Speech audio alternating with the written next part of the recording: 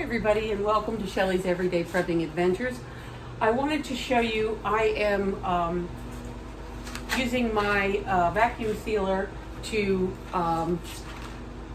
store my spaghetti. It lasts longer if you keep the moisture off of it. Moisture is the enemy of spaghetti or any kind of a noodle. So I got out my vacuum sealer. It's a food saver. I picked it up at Walmart. This is what it looks like after it's been sealed. The bags also came from Walmart. Let me put this to the side and show you. This is a roll, comes in a roll, and there are lines where you can cut it. So I'm gonna cut it on the line. Okay, and that'll leave two open ends. So what you have to do is seal one end. And on the vacuum sealer, there is a button that says seal. So, let's put you here. So you lift that up, and you want to put the seam.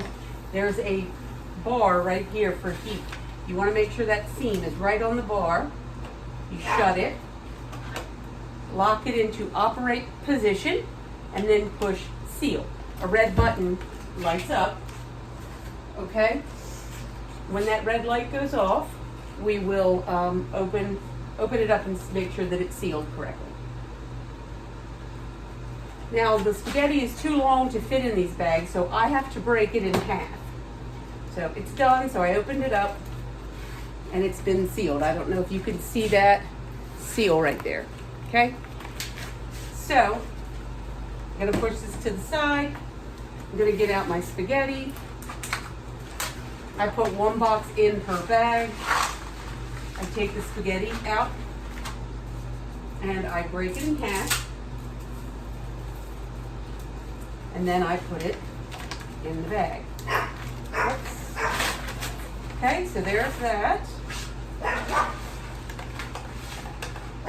It's been well, this morning it was pretty chilly here, and then the sun came out and it got up to about 60, which is, in my opinion, odd for May in my part of Maryland. It's usually warmer, so I don't know. But now it's starting to get cloudy and they are calling for rain. Anyway, so I continue to break it in half and put it in the bag. Okay, now, vacuum sealing it is going to break it probably a little more, but it doesn't really matter. I always break mine up when I put it in the pot to cook anyhow. So I'm going to lift this lid, and this is the sealer right here. This is where the heat bar is, and then there's a tray inside of here. You want to make sure that you put the bag inside the tray, just inside the tray. Close the lid, go to operate, the power button comes on. Now there's a button that says vacuum seal. You push that and you wait until it stops. You can see the air coming out of it. Okay? We like pasta at my house. My husband really loves spaghetti, and I do too. I gotta be careful how much I eat of that. As some of you know, I lost a lot of weight, so I gotta be careful with my carbs, but I do love my spaghetti. So anyway, the light went off, so we can open this up now and lift it. Okay, and you take it out, and this is what we have here. It's sealed, there's no air in it. It should stay, this should keep for years, okay? All right, so now sometimes these will fail. You have to go back and check. And why they fail, it could be the fact that a spaghetti noodle poked a hole in the bag. So you have to go back and check that before you put it up for long term. But I've got a lot of spaghetti here that I'm going to pack away in my vacuum sealed bags. Today I have some broccoli, carrots, and cauliflower in the dehydrator, and it's going to town over there. I wanted to show you real quick. This is my corn. It's in a half-gallon jar. These jars are difficult to find. And here's some green beans. I'm working on filling this one. And over here, No, I don't have that. Okay, so anyway, this is my corn and my green beans, and I'm working on finishing filling this, and we're going to put these back in a cool, dark place. Dehydrated, they'll last for a very long time. Okay, so I recommend you check it into dehydrating. I got the sheets for my Lincoln Outfitters dehydrator. They're here. I'm going to be cleaning them up and using the Lincoln dehydrator today as well. I'm excited about that. I wanted to talk to you a little bit about some information that I received yesterday. I have a relative who owns a heating oil company in my area, and right now, I don't know if you're aware, diesel fuel for your truck is $6. $5.99 and 9/10. $6. Okay. So to me that's a little frightening. And the reason that it's frightening is, what are our truckers going to do? How are we going to get stuff? Who's going to be able to afford that? I heard another YouTuber say that they had a owner of a trucking company contact them and tell them that they had truckers quitting like crazy, that things were going up so high that they just can't afford stuff. So, you got that, and then I'm looking at winter and I'm thinking, I have a 500-gallon oil tank. That's a lot of money to fill up an oil tank. I don't know that I can do that. But he not only said, this is what he said, it is $6. He said by fall, it's going to be $9 a gallon. $9. Let that sink in. So at 500 gallons for my tank, which will get me through the winter, it's $4,500. So to give you an estimate, the last time I filled it up, I paid $1,700, which was higher than what it had been previously, the previous president, or previous years, I don't know, president, whatever, but you get what I'm saying. It was like $1.59 a gallon or something like that for my heating fuel. So this concerns me. I can burn wood. I have a wood stove. I have plenty of wood. I can stay warm. But what about others? Others that are struggling, others that are going to have to choose between whether they freeze to death or starve to death. I've never known that reality because I grew up on a farm, and even when we had no money, we never had to worry about where our food was coming from. We always had food. And when I was growing up, we also burned wood all the time. So in the winter or, fall, whatever, we get out there and we get the wood and we get our exercise. So we had everything we needed. But there are people that don't live that way, that have never lived that way, and they don't know how to, and they don't have the resources to. So to be honest with you, that's really an uncomfortable feeling for me, that I'm going to know people that are going to struggle with making decisions that are just quite frankly going to suck. So anyway, if you have the means, please put some stuff back. I went into Walmart this morning. I went to pick up these rolls of Seal-A-Meal. I'll show you the box. There's different brands. These work just as good as some of the other brands. This is called Seal-A-Meal by Food Saver. And Food Saver is the brand that I have here, so they work well together.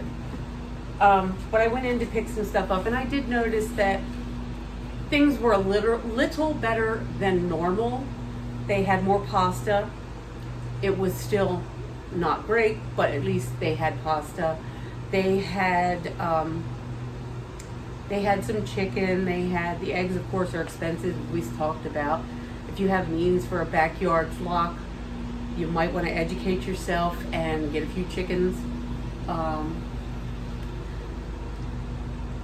I don't know what to say. I really don't. I don't know where this world is going. I spoke to my father, and he's a grain farmer. Now, we're here in Maryland. We have about 500 acres, and about 400 of it is tillable. You can grow crops on. He grows crops of soybean and corn. And I asked him, we take him to dinner every Friday night. So Friday night I asked him, this is Sunday, May 1st, but I asked him Friday night, your fertilizer, how expensive was it? He said, I used to spend $200 an acre to fertilize my fields. He said it's gone up 5 times that. It is now $1,000 an acre for fertilizer. Luckily, he had purchased his fertilizer ahead of time last year, so he didn't have to buy it at today's prices. But he does keep an eye on things like that. So he's really concerned about next year. I mean, it's how my parents live. I don't know if they're going to be able to get through. I'll be honest. So then you put on the fact that my father he's in good shape, but he's 74. He does a lot of the work himself with my brother-in-law. But you got to consider they have to pay someone to come in and harvest the soybeans and the corn, because he doesn't have the equipment anymore. It had gotten to the point where it was too expensive to repair, and honestly, he does all the repairs. A farmer is really a jack of all trades. They can do just about anything, but parts have gotten hard to find, and different things have happened. So he pays someone to come in and take the crops off and take them to the mill where he sells them. So their price is going to go up because of diesel. Naturally, you got to think about that. And if by fall it's $9 a gallon, I can't imagine what it's going to cost. So when people sit back and say, "Oh my gosh, farmers are going to make big money because their corn and soybeans are going through the roof," let me tell you, that is not true. It is absolutely not true. Farmers are the only people that I know that do not set the price for their work. They don't set the price. I'm a dog groomer. I set the price, how much I charge for a dog groom. But they do not set the price for a bushel of corn. Someone else does. And then when that goes up, your food goes up. So your food's going up. His food's going up. The diesel's going up that he has to use to plant. He said he needs 4,000 gallons of diesel fuel to get this done at $6 a gallon. Again, do the math. Yes, he's going to make a big paycheck, but it's not going to be any bigger than any other year, because all that he's making extra is going to go out to others. It's going to go out to pay for diesel fuel. It's going to go out to pay for, you name it, fertilizer for next year, herbicides. I know some of you don't approve of herbicides, but I have to be honest with you. If we didn't have herbicides and fertilizers, we couldn't feed the world. That's what keeps our volume up, so we can produce more so that people will have food. There's no other way at this time to change that. So he got out his old plow that he hadn't used for years to cultivate. That is to go down about 6 inches, and it flips the dirt completely over. And it turns the ground completely over so that any of the weeds or anything that grew are on the bottom. Then they rot and become fertilizer. So that will help a lot. And modern farmers have gotten away from that because they just bought fertilizers and stuff. But again, he's going to have to run a tractor, which is going to be more diesel fuel. So it's a vicious circle. I don't think people understand completely what's going on. I don't think that they completely understand how bad this is at this point. But yeah, it's pretty bad. I'm not going to lie to you from a farmer's perspective. And honestly, the small farm the family farm has been under attack for years. The powers that be, whoever that is, you can figure that out on your own. I'm not saying it here. Has slowly put the little farmer out of business. So the mom and pop farmers, family farmers, this farm that I live on has been in our family since 1924. My great-grandfather, my grandfather, my father. And now, me, I don't own it yet, but I'm not looking forward to that part. But we're not going to go there, so I don't even know what's going to happen. But, so you have all these generations. We milked cows that entire time up until 2012, when milk, they priced milk so low that farmers couldn't even break even, let alone make a profit. And that's when we all decided that it was time to get out of milking cows. And I have to assure you, that was quite terrifying. That was our income. Twice a month, you got a milk check from the milk company, and it paid all the bills. It was an income that we counted on. So taking a leap of faith and becoming a grain farmer was honestly quite terrifying. I have to be honest. So, but here we are, and now here we are. Please say a prayer for the small farmer. Say a prayer for all the farmers. We need it. Things are happening. Educate yourself. Please find out. Look into what's going on. Don't let them pull the wool over your eyes. This is serious. It's very serious. And I just believe it's going to get more serious. So please, if you have the means, do stock up. If you have a vacuum seal all the spaghetti you can if you like spaghetti, even your elbow noodles and things like that.